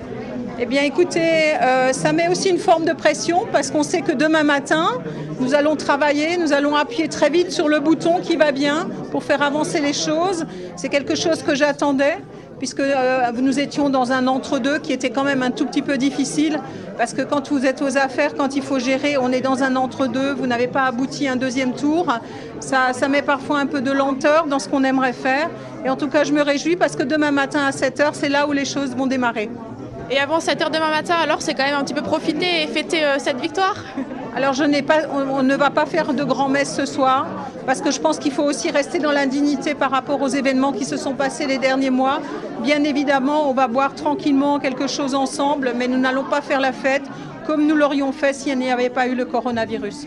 Merci. Et vous le voyez juste derrière moi, du coup, partisans qui sont là et qui l'ont tout à l'heure félicité. Horrible. Et bien tout de suite, je vous propose de partir à Illkirch-Graffenstaden pour écouter Thibaut Phillips, maire élu ce soir. Alors Thibaut Phillips, vous êtes arrivé finalement vainqueur de ce deuxième tour. Quelle est votre réaction, votre sentiment face à cette victoire ? Déjà, je voudrais remercier tous les électeurs d'Illkirch-Graffenstaden qui nous ont fait confiance. Remercier aussi toute l'équipe qui m'a accompagné dans cette aventure et qui va se mettre au travail très rapidement parce que mon but, c'est qu'on soit au travail le plus rapidement possible pour les Illkirchois parce qu'on a promis du changement aux Illkirchois et les Illkirchois peuvent compter sur nous pour le changement. Donc c'était une élection dans un contexte un peu particulier ? C'était particulier, mais comme je le disais dès le départ de la campagne, après le confinement, j'ai dit voilà, c'est un contexte particulier, mais il faut qu'on sache s'adapter, il faut qu'on sache innover. Et visiblement, ce soir, les électeurs nous ont donné raison. Nous avons su innover pendant cette campagne et être les plus dynamiques sur le terrain. Alors, quelles sont vos priorités en ce début de mandat ? Alors les priorités, c'est très simple. J'avais pris une douzaine d'engagements qui seront en place dès le mois de septembre, notamment une navette pour relier tous les quartiers, la présence d'un ATSEM par classe, parce que la rentrée scolaire va être très compliquée à mettre en œuvre. Donc on a besoin de personnel dans les classes pour pouvoir aussi assurer les règles d'hygiène. Et puis on aura aussi tout ce qui touche à la sécurité devant les écoles. Commencer aussi le travail sur la police municipale et le renforcement des effectifs. Donc il y a beaucoup de chantiers qui nous attendent. Et bien évidemment, avec mes collègues maires de l'Eurométropole, la révision du PLU que nous avons promis à nos électeurs. Et donc nous tiendrons cet engagement. J'ai déjà eu des maires aujourd'hui dans la journée. Nous tiendrons l'engagement de la révision du PLU. Merci beaucoup. Merci. De retour sur le plateau d'Alsace 20 pour cette soirée électorale. Alors d'ici 5 minutes, Alain Fontanel devrait faire une allocution publique pour s'exprimer donc sur les résultats à Strasbourg où il arriverait donc deuxième. Jeanne Barseguian en tête, donc nouvelle maire de Strasbourg, avec un peu plus de 40% des voix. Les derniers bureaux de vote vont être dépouillés dans les prochaines minutes. Donc on va suivre ça dans le reste de la soirée. Il y a 114 bureaux sur 143 et l'écart est vraiment très stable depuis maintenant plus d'une demi-heure. Jeanne Barseguian à plus de 40%, vous le voyez. Alain Fontanel à 35%, Catherine Trottmann à 24%. Les écarts sont quasiment stabilisés. Il reste donc une petite trentaine de bureaux sur 140 à dépouiller. Alors on fait peut-être, Mathieu, avant de revenir à Strasbourg, Mais oui, un rappel. Chiffres, encore des chiffres. Allez, je vous emmène dans l'Eurométropole de Strasbourg. Vous rappelez la victoire on commence quand vous voulez. C'est la régie qui a la main. La victoire de Fabienne Basse à Ostwald, 46% des voix face au maire sortant. Jean-Marie Beutel dans une triangulaire. Il y avait 4 listes au départ. À Elkirch, juste à côté, vous venez de le voir, le Thibaut Phillips l'emporte donc et détrône là aussi le maire sortant Claude Frely. Toujours dans le Bas-Rhin, la victoire à Wissembourg de Sandra Fischer-Jung, elle aussi face au maire sortant Christian Glich, 3 maires sortants battus. Large et nette victoire. Du côté d'Erstein, là, le maire sortant ne se représentait pas. Son premier adjoint, Patrick Kiffer, est battu par Michel Andréou Sanchez, 23 ans. Du côté de Bischheim, deuxième mandat donc pour Jean-Louis Hurley. 45% des voix, 30% à l'écologiste Gérard Chan et 13,8% à Christelle Laforêt et à Célestat. Vous rappelez également la victoire de Marcel Bauer, 4e mandat pour le maire sortant face à Denis Digel. Vous le voyez, 4 points d'écart, mais Denis Digel aurait donc annoncé ce soir et évoqué en tout cas la possibilité de contester ces résultats. Alors on l'a dit, c'est un vote qui est très particulier, une campagne qui a été particulière. En effet, on n'a pas vu ces images habituelles de meetings de campagne. Ça a été compliqué pour vous sur le terrain, j'imagine, avec le coronavirus, d'aller au contact des gens. Et puis même après, de ce qu'on voit en image, de célébrer la victoire pour tout le monde. Oui, alors c'est vrai qu'à Schiltigheim, j'ai échappé à cette histoire de Corona, puisque nous avons été élus dès le premier tour, oui, mais j'ai bien vu effectivement que mes collègues des communes voisines, c'était assez compliqué. Du coup, c'est une nouvelle forme, plus distanciée, mais tout aussi active, notamment sur les réseaux sociaux. Et puis, par petites cellules, dans les quartiers, dans les bas d'immeubles, auprès des associations. Et je pense que peut-être même que la proximité a dû être plus grande du côté de Strasbourg lorsqu'on essaye de toucher plutôt par petites unités. Et malgré tout, je pense que je regrette cette abstention, cette importante abstention. Je le redis, je crois qu'il faut vraiment qu'on se mette autour d'une table pour réfléchir et essayer de comprendre pour atteindre et toucher les électeurs qui ne se déplacent pas. Pour rappel, on était à 30 au Bas-Rhin, les chiffres étaient à peu près identiques, autour de 32% de participation au premier tour. On est remonté entre guillemets que à 36. La moyenne ces dernières années pour les municipales, on était plutôt à 50. Donc l'effet déconfinement, pourtant on a l'impression que les gens ont repris une vie presque normale et malgré toutes les mesures sanitaires dans les bureaux de vote, la participation est 15 points inférieure à la normale. Ça vous a surpris déjà ces chiffres? Oui, ça m'a surpris. Je pensais que vu les enjeux, notamment sur Strasbourg, la mobilisation serait plus forte. Mais en fait, non, je crois que peut-être que les gens sont passés à autre chose. Et les gens se disent aussi, par rapport à ma santé, finalement, me déplacer, c'est peut-être moins important. Mais malgré tout, il y avait la possibilité d'avoir 2 procurations. Donc, je pense que c'est quand même le désintérêt de la chose publique. Et ça, c'est extrêmement préoccupant pour notre démocratie. Là-dessus, il va falloir que, vraiment, on trouve des solutions, pas seulement réfléchir, mais trouver des solutions, encore une fois, pour toucher les électeurs les plus éloignés des urnes. Alors merci Daniel Gambard d'avoir été notre invité ce soir. Le vote, justement, on en parlait. Je vous propose tout de suite de revoir ces quelques images du vote à Mulhouse aujourd'hui. Et on retrouve dans quelques instants Laurent Fürst.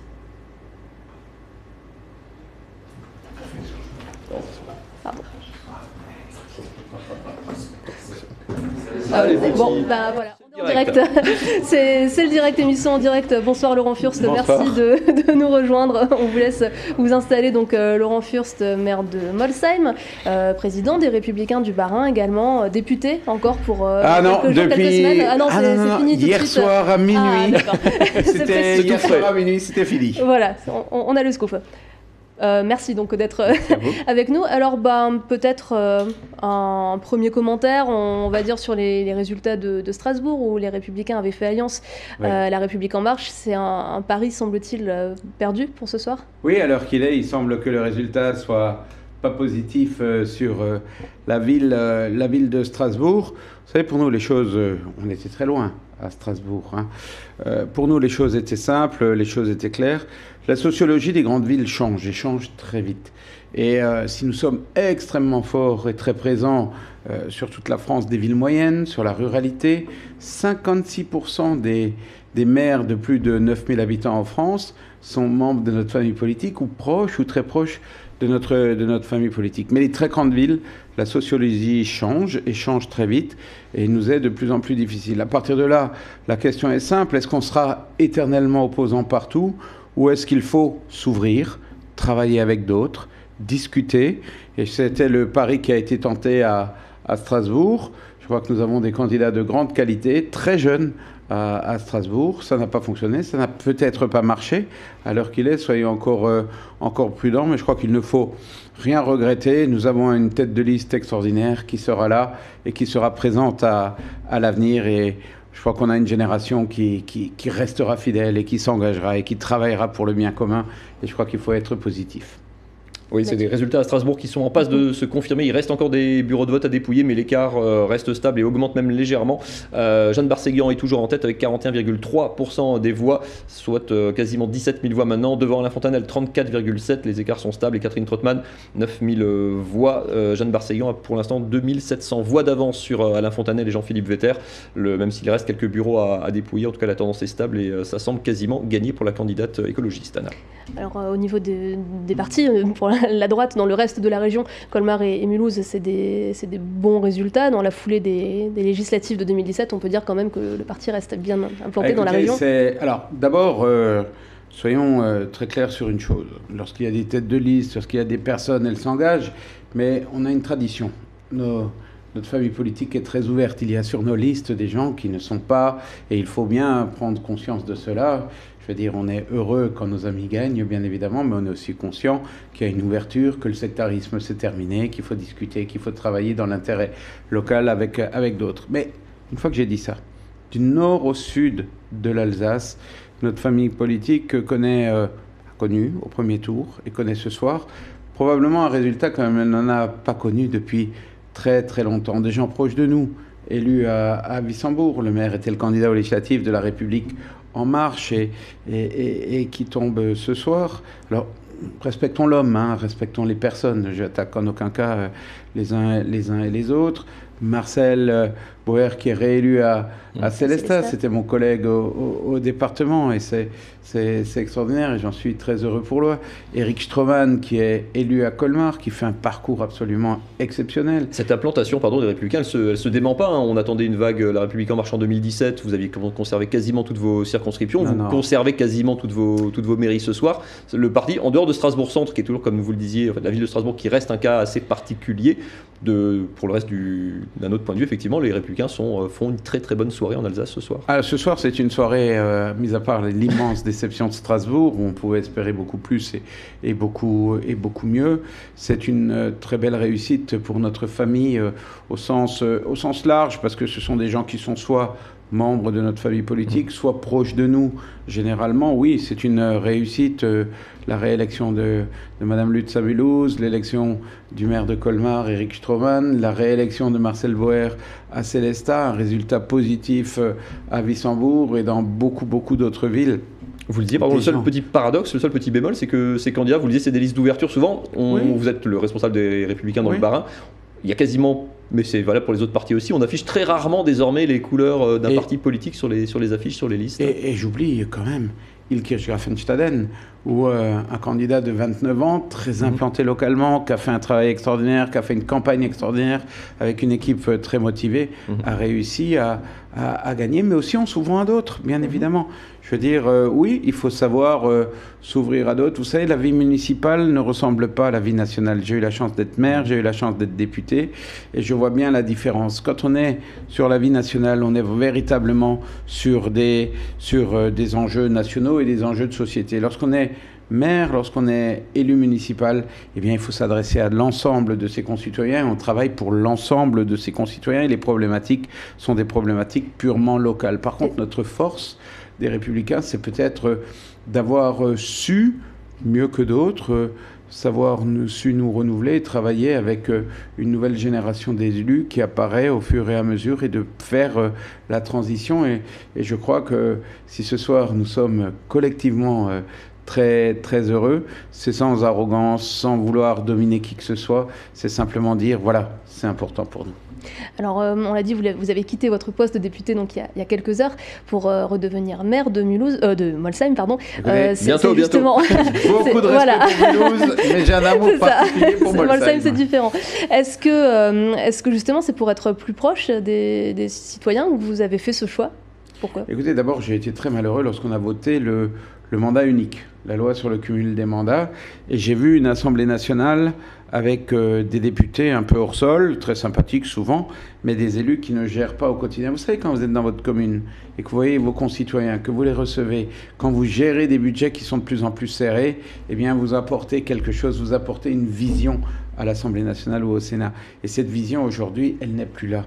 Elle n'est malheureusement pas suffisamment là, puisqu'il y a juste encore quelques anciens maires qui siègent à l'Assemblée nationale. Et je pense que la France a beaucoup... On a voulu faire plaisir à l'opinion publique pendant quelques instants, et je pense que l'Assemblée y a beaucoup perdu, et la France y a beaucoup perdu. C'est quelque chose sur lequel il faudrait revenir pour vous. C'est quelque chose qui... Enfin, tout ce qui est fait peut être défait. Oui, une loi, ce qu'a fait une loi, une autre peut le défaire. On le voit très souvent.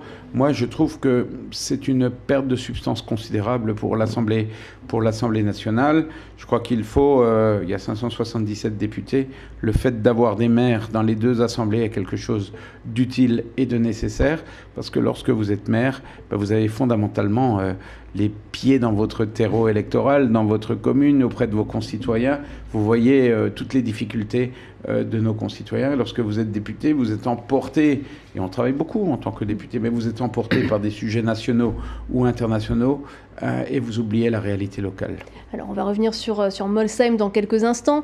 On devrait aussi également d'ici quelques instants avoir quelques images des QG de campagne. On attend la déclaration publique d'Alain Fontanelle. Avant ça, peut-être un rappel des chiffres, Mathieu, pour Strasbourg, dont on est en train de finir le dépouillement. Rien ne bouge, ou presque. Enfin, en tout cas, les chiffres ne font que confirmer les tendances actuelles. On est à 125 bureaux de vote dépouillés sur 143. Jeanne Barséguian augmente même encore un petit peu son avance, 42,09% des suffrages pour l'instant. Alain Fontanelle stable à 34,15%. Catherine Trottmann stable également à 23%. Cette tendance se confirme. Certains confrères n'hésitent pas, d'ores et déjà, même si tous les bureaux ne sont pas dépouillés, à annoncer la victoire de Jeanne Barséguian à Strasbourg ce soir. Elle qui était arrivée en tête, on le rappelle, au premier tour. Un commentaire quand même peut-être, Éric Stroman, c'est une campagne qui a été particulière certes, mais il y a une vague verte aussi dans les grandes villes. Vous soulignez la différence entre les métropoles et entre les très grandes villes et les terroirs, les territoires. On le voit à Paris, on le voit à Lille, on le voit à Bordeaux, on le voit dans de grandes métropoles comme Strasbourg ce soir qui passe au vert. C'est une première à l'échelle nationale. Alors d'abord, je m'appelle Laurent Fürst. Qu'est-ce que j'ai dit? Éric Stroman. Alors ça va Mulhouse, décidément. Voilà, je veux dire, ça m'amuse beaucoup. Parce que comme on a un peu trop de noms ce soir. On a un peu le même physique. Les huissiers de l'Assemblée nationale nous ont confondus pendant 8 ans, appelant l'un Fürst et l'autre Stroman très, très régulièrement. Mille excuses. Et donc il n'y a aucun problème, c'est un ami, nous avons été au lycée ensemble dans notre jeunesse avec Eric. Et donc c'est quelqu'un que j'apprécie énormément et j'admire profondément son parcours et sa ténacité qui est simplement extraordinaire. Vous savez, l'évolution, elle est simple. La France est en train de s'organiser, certains diraient de se fracturer d'un territoire à l'autre. Vous savez, je me demande simplement de baisser un tout petit peu votre micro. Je suis désolé, je vous embête beaucoup ce soir. Voilà, mais les politiques remontent toujours les micros. Vous avez les agglomérations. Vous savez, vous avez 50% du territoire national, 50% de l'espace national qui est en déclin démographique et en déclin économique. Et vous avez un développement qui se concentre aujourd'hui sur les grandes villes, où se concentre une grande partie de toutes les gens qui ont suivi des formations universitaires et supérieures aujourd'hui. Et il y a une vraie segmentation des territoires en France. Il y a 3 types de territoires aujourd'hui en France.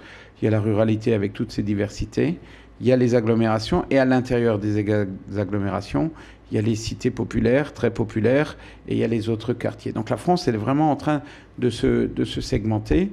Et dans cette segmentation, notre étiquette a beaucoup de mal aujourd'hui à porter dans les grandes villes. A contrario, aujourd'hui, c'est un terreau très fertile pour les écologistes et pour les Verts. Mais je tiens à dire qu'il faut faire une vraie différence entre l'écologie politique et l'écologie en général. Je crois que l'un des enjeux pour notre famille politique, notamment dans les mois et les années à venir, c'est d'avoir une réponse sur les questions environnementales. Évidemment que nous avons travaillé sur ces sujets, et évidemment que nous avons un certain nombre d'orientations, mais aujourd'hui elles ne sont pas lisibles, et ce travail doit être réorganisé, doit être renforcé pour qu'il y ait une écologie de la droite et du centre dans notre pays, et que ce ne soit pas le monopole de l'écologie politique. Mais qu'est-ce qui se passe aujourd'hui dans les grandes villes? Eh bien, on voit que KA, les écologistes remplacent l'électorat socialiste, et qu'il y a un transfert dans ce sens-là, et qu'il y a... avec des listes souvent très ouvertes aussi, enfin assez peu de listes, souvent on l'étiquette Europe Écologie Les Verts, enfin un peu comme certains candidats républicains ont des listes très ouvertes, comme des candidats de gauche ont des listes très ouvertes. Là, de cette tendance, elle est vraiment généralisée. Mais à titre personnel, ça ne me choque pas, parce que je pense que les élections municipales ne doivent pas être les élections d'un sectarisme politique, et que l'ouverture avec d'autres, avec des citoyens qui veulent s'engager sans être encartés, sans être étiquetés, est tout à fait naturelle. Moi, à Molsheim, j'ai toujours pu travailler avec des gens qui, au niveau national, ne votaient pas comme je le faisais moi, ou comme je le fais moi, et c'est naturel, parce qu'au niveau local, ce qui est important, c'est le projet municipal qui est important, et pas fondamentalement l'étiquette. Mais notre miracle à nous ce soir, notre petit miracle. Alors je le dis parce que je suis venu sur des plateaux de télé après les élections européennes où j'avais le dos voûté, je battais ma coulpe, où nous avions connu le score le plus faible de notre histoire politique. Et bien ce soir, notre petit miracle, c'est que, mis à part Strasbourg, du nord au sud de l'Alsace, il y a une famille politique qui peut ouvrir des bouteilles de délicieux crevants d'Alsace, c'est la nôtre. On l'a dit aussi avec nos invités précédents, justement cette victoire elle a été difficile à célébrer depuis ces derniers mois. Ça a été une campagne, que ce soit pour le premier tour ou le deuxième tour, qui a été particulièrement marquée par la crise sanitaire partout. C'est compliqué justement de faire campagne, ou même d'être proche de ses concitoyens dans une situation comme ça. Alors oui, je pense que ça a été très compliqué pour les candidats de toutes les listes, bien évidemment. Oui, bien sûr.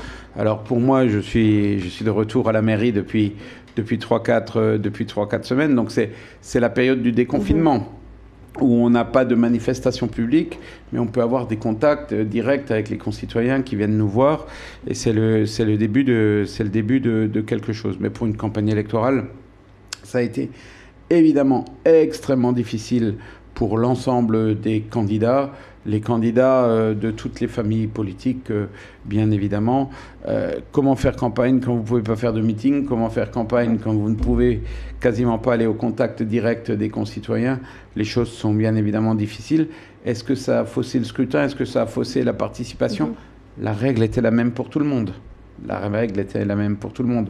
Donc on ne peut pas commencer à contester les résultats. Ceux qui vont gagner à Strasbourg seront légitimes, simplement parce qu'ils ont eu le courage de se présenter aux élections et d'avoir une majorité de concitoyens qui se sont exprimés, qui leur ont apporté leur confiance, même si ce n'est pas ceux que j'aurais souhaité à titre personnel. Alors justement, ces résultats, Mathieu, ils s'affinent. Alors ils s'affinent, ils sont quasiment certains de nos définitifs. confrères, même si tous les bureaux ne sont pas dépouillés, effectivement les derniers calculs sont en cours, mais l'écologiste Jeanne Barseguian remporterait donc la mairie de Strasbourg, elle qui était arrivée en tête au premier tour. Voilà les derniers chiffres, ça c'est l'estimation Ipsos de tout à l'heure, mais les chiffres sur 125 bureaux sont quasiment identiques, 42,09% des voix, 34 à Alain Fontanel et 23 à Catherine Trottmann. Ces chiffres sont très stables. Jeanne Jeanne Barséguian remporterait donc la mairie de Strasbourg ce soir. Michel Lutz à Mulhouse, Eric Stroman à Colmar. Petit rappel aller des résultats, je vous emmène dans le Haut-Rhin pour commencer. Vous vous rappelez donc, on l'a su ça assez tôt dans la soirée, la victoire de Michel Lutz, la maire sortante de Mulhouse, face à Loïc Ménry dans une quadrangulaire avec Clara Millon et Christelle Ritz. Du côté de Colmar, vous rappelez la victoire d'Eric Stroman, 63,89% des voix. Il succède donc à Gilbert Meyer qui s'était retiré, qui n'avait pas déposé sa liste pour le second tour.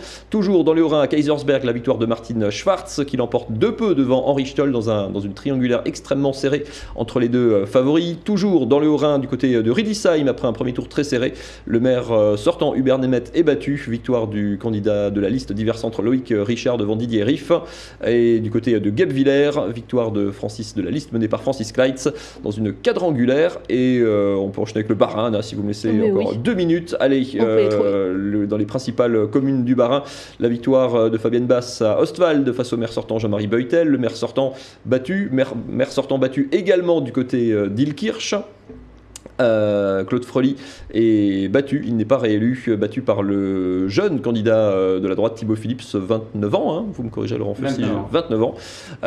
Toujours dans le Bas-Rhin, un autre maire sortant battu, Christian Glich du côté de Wissembourg, battu par la liste menée par Sandra Fischer-Jung, plus de 60% des voix. Un peu plus au sud à Erstein, la victoire de Michel Andréou Sanchez, un de vos poulains aussi peut-être, Laurent Furst, puisqu'il est l'attaché parlementaire d'Estelle Sittler, votre sénatrice. Esther Sittler, décidément les noms ce soir c'est compliqué. Jeune Michel Andréou Sanchez, plus jeune vainqueur de la soirée, 23 ans pour lui. Victoire de Madame Bulou à Mundolsheim, de Jean-Louis Orlet réélu pour un second mandat également à Bischheim. Il avait manqué de peu l'élection au premier tour face à Gérard Chan, écologiste, et Christelle Laforêt. Et du côté de Célestat, vous rappelez également la victoire de Marcel Bauer, 4e mandat pour le maire sortant face à Denis Digel et Caroline Reiss. Alors d'ici quelques instants, on va pouvoir entendre la nouvelle maire de Strasbourg, Jeanne Barséguian. Elle déclare notamment qu'elle sera la maire de tous les Strasbourgeois. Nous pourrons également entendre Alain Fontanel qui est en train de s'exprimer devant ses colistiers. Il est situé lui place d'Austerlitz à Strasbourg. On refait peut-être un petit détour par Molsheim, Mathieu ? Complètement. Il y aura donc vous avez donc abandonné votre mandat de député. Comment on choisit, à quel moment on se dit je redeviens maire d'une ville de 10 000 habitants, grosso modo, Molsheim, et je lâche un siège à l'Assemblée nationale? On pourrait se dire qu'on monte dans les strates un moment, et puis non, on retourne à ses premières amours, à son terroir. Il y a un an, j'avais le sentiment d'un travail inachevé, quelques tensions aussi avec mon successeur, et puis un sentiment de travail inachevé, et donc une envie de...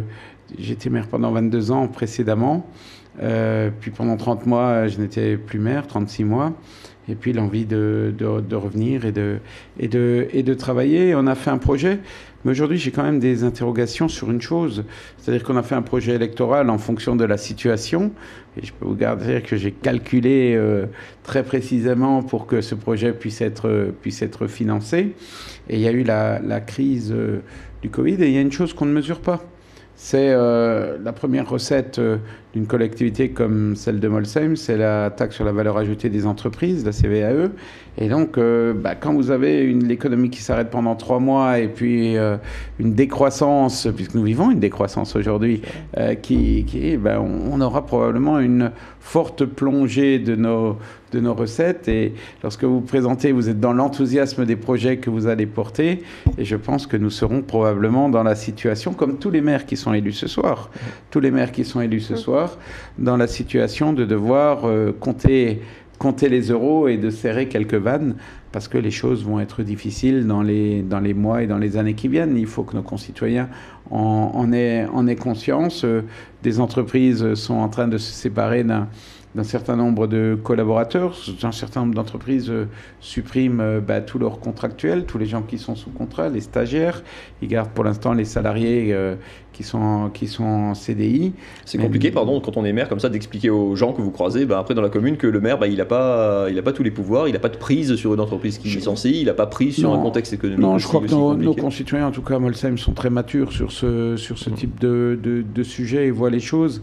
Vous savez, ce qui est compliqué, je pense, pour nos concitoyens aujourd'hui, c'est l'organisation institutionnelle de notre pays. Parce que le président de la République et le maire sont des personnes pour lesquelles...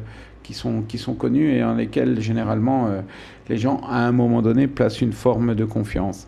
Mais les maires, les concitoyens voient souvent l'élu comme quelqu'un de très puissant qui peut tout.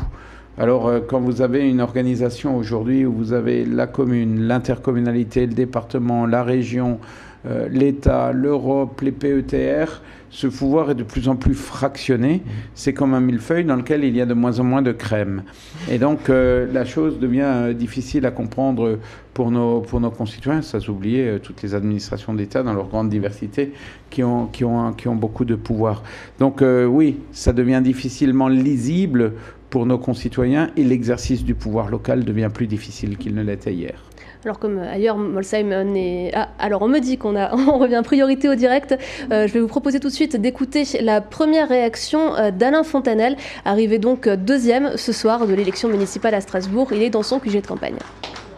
Merci et encore merci pour cette campagne extraordinaire de deuxième tour que nous avons menée ensemble avec Jean-Philippe, avec vous, avec les Strasbourgeoises et les Strasbourgeois. C'est une campagne dynamique, une campagne ouverte, une campagne tournée vers les problèmes du quotidien des Strasbourgeois, une campagne où on a parlé de Strasbourg, de son rayonnement, de son développement économique, on a parlé de la sécurité, de la propreté, où on a parlé de l'urbanisme, une campagne où on a répondu aux attentes des Strasbourgeois. Merci à vous toutes et à vous tous.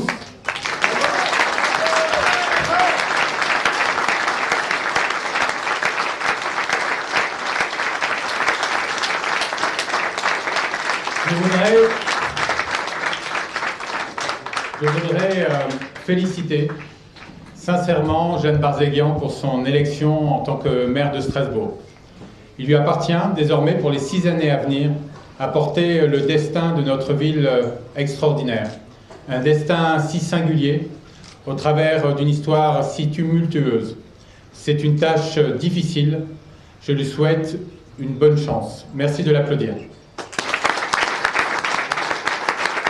Je voudrais aussi féliciter Catherine Trottmann pour cette campagne de premier et de deuxième tour. Et bien sûr, lui confirmer le respect qui est le nôtre pour sa personne et pour ce qu'elle a apporté dans l'histoire de notre ville. Merci de l'applaudir aussi.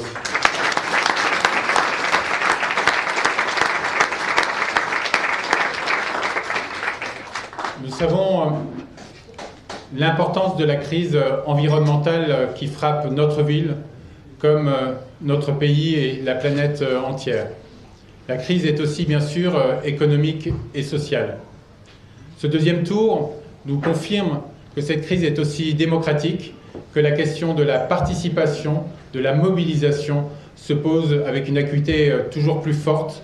Elle doit nous questionner sur notre relation aux citoyens, sur notre capacité à faire vivre la démocratie, que ce soit à l'échelle d'un pays ou à l'échelle d'une ville.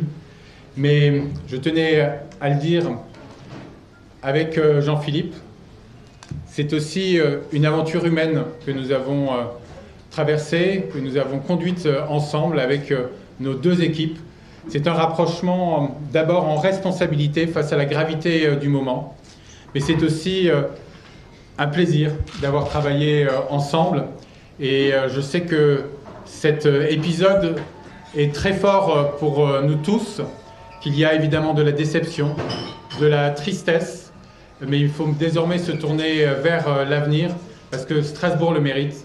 Encore une fois, merci à toutes et à tous pour votre engagement.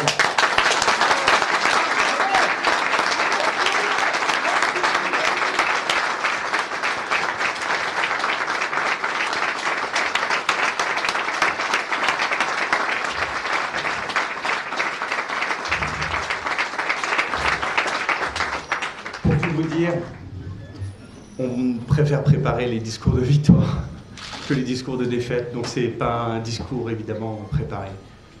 Je veux juste vous dire que c'est peut-être une défaite électorale, mais humainement c'est une victoire. Parce qu'on a vraiment travaillé ensemble.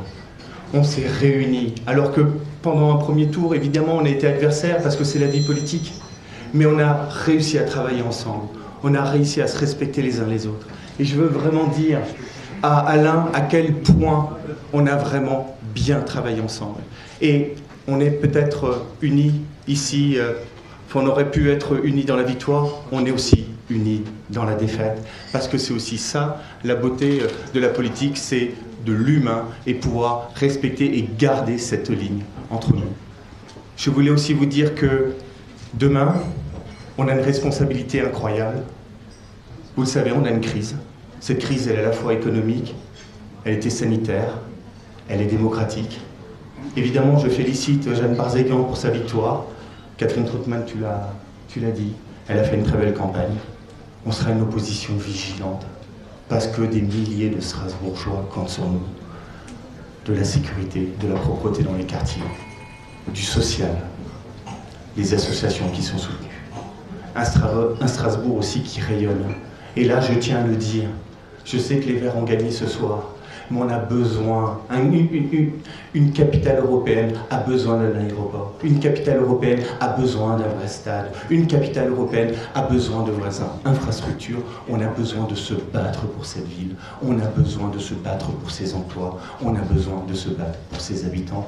Avec Alain Fontanel, nous serons présents, nous serons vigilants, nous serons constructifs, mais nous serons présents. Et nous serons présents avec le soutien de milliers de Strasbourgeois et avec votre soutien. Je vous remercie. Et voici donc pour la première réaction d'Alain Fontanel, adjoint au maire de Strasbourg sortant, et donc arrivé deuxième ce soir de ce second tour à Strasbourg. On le rappelle, Jeanne Barzéguian d'Europe Écologie Les Verts est élue maire de Strasbourg avec 42% des voix.